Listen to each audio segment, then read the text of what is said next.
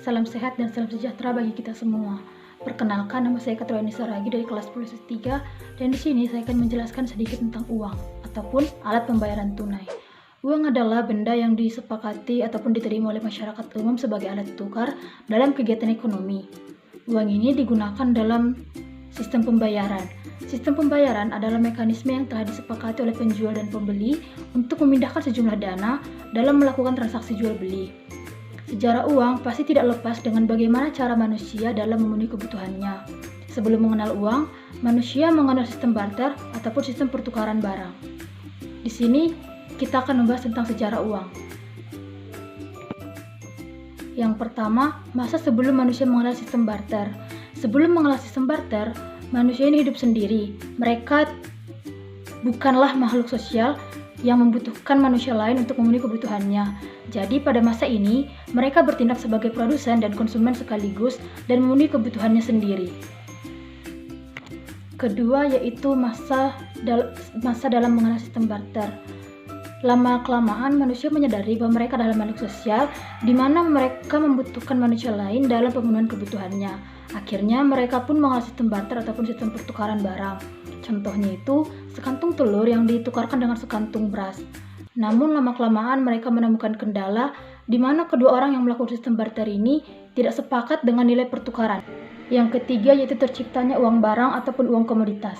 Karena manusia menemukan kendala dalam sistem barter tadi, akhirnya mereka pun berinovasi dalam menciptakan uang komoditas ataupun uang barang, di mana mereka menerapkan barang dasar yang hampir dimiliki oleh setiap orang sebagai alat tukar. Misalnya itu garam, teh, biji-bijian, dan lain-lain.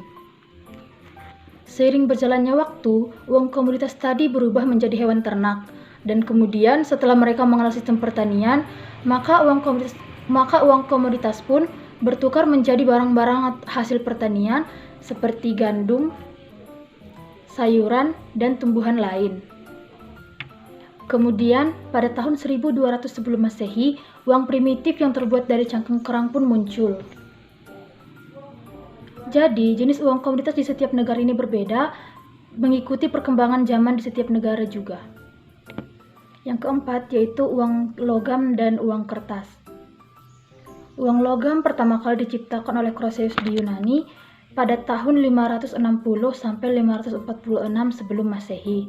Uang logam ini terbuat dari emas dan perak, di mana perbandingannya yaitu 75:25 dan menjadikan uang tersebut menjadi stabil. Bangsa Yunani tersebut mencetak berbagai jenis uang logam, di mana nilainya mereka tentukan sendiri. Namun, sering berjalannya waktu, akibat adanya keterbatasan bahan baku pembuatan uang logam tadi, yaitu emas dan perak, maka mereka pun berinovasi untuk menciptakan uang kertas. Saat dinasti Tang berkuasa, ada seseorang yang bernama Sailun yang berhasil menciptakan uang kertas dari kulit kayu murbei. Sejak kesuksesan dalam pembuatan uang tersebut, maka mulailah berkembang negara-negara di mana mereka menerapkan uang tersebut sebagai sistem pembayaran yang sah. Setelah suatu negara menetapkan mata uang yang sah, mereka akan mengumumkannya kepada seluruh dunia. Kemudian ada uang di masa kini seperti e-wallet ataupun dompet digital dan juga koin digital. Pada tahun 1946, kartu kredit diperkenalkan sebagai metode pembayaran yang sah. Kartu kredit tadi masih kita gunakan sampai sekarang, dan karena teknologi yang berkembang, maka muncul juga dompet digital seperti e-wallet dan juga koin digital seperti Bitcoin, Ethereum. Kemudian kita akan membahas syarat-syarat benda diterima menjadi uang. Syarat yang pertama yaitu mudah dibawa ataupun portability. Ketika uang mudah dibawa, maka kita akan semakin nyaman dalam menggunakan uang.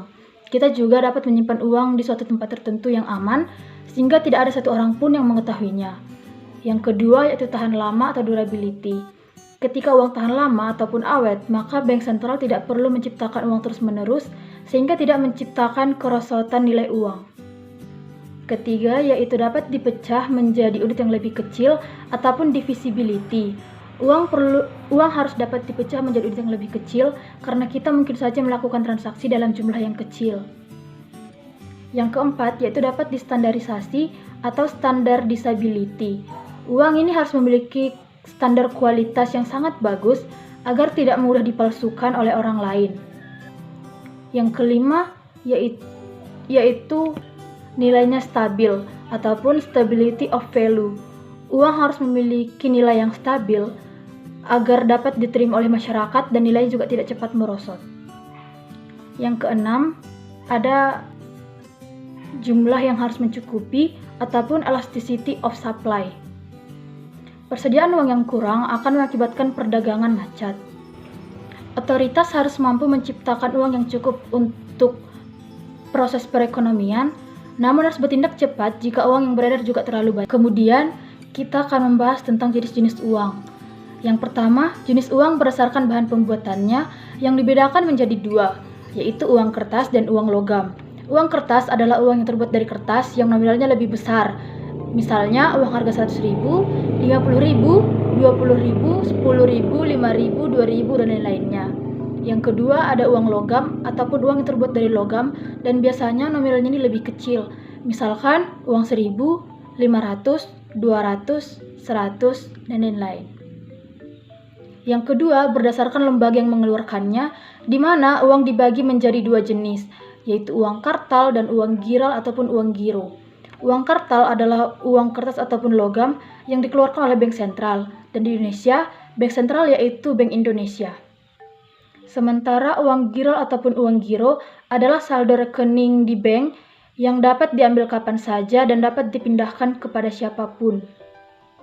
Yang ketiga, berdasarkan nilainya, dapat dibedakan menjadi yang pertama, bernilai penuh ataupun full-bodied money, di mana nilai bahannya sama dengan yang tertera di nilai uangnya. Yang kedua, representative full-bodied money, di mana bahan bakunya tidak ada ataupun nol. Uang jenis ini hanya mewakili sejumlah barang ataupun logam. Misalnya ini adalah misalkan surat emas ataupun gold certificate yang pernah berlaku di Amerika Serikat pada tahun 1933. Kemudian yang ketiga adalah uang yang tidak bernilai penuh, di mana nilai nominalnya jauh lebih besar dibandingkan nilai intrinsiknya.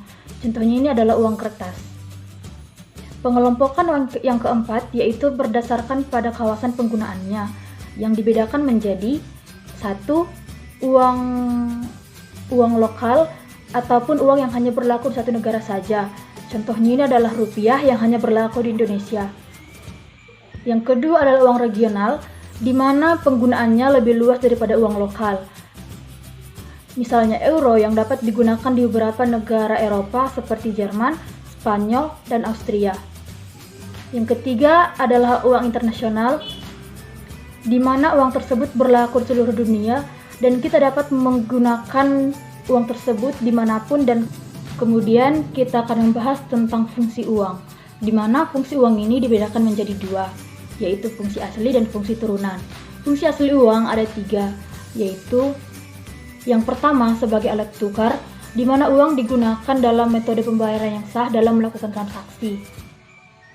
Yang kedua sebagai satuan hitung, di mana uang dapat digunakan untuk menilai suatu benda. Yang ketiga sebagai alat penyimpan nilai, di mana uang dapat digunakan di masa yang akan datang. Sementara untuk fungsi turunan uang ada 7, yaitu yang pertama alat pembayaran, yang kedua alat penimbun kekayaan, yang ketiga alat pemindah kekayaan, yang keempat standar pembayaran utang, yang kelima alat pembentukan dan pemindahan modal, yang keenam pendorong kegiatan ekonomi, dan yang ketujuh adalah penunjuk harga. Baiklah, sampai di sini penjelasan saya. Sekian dan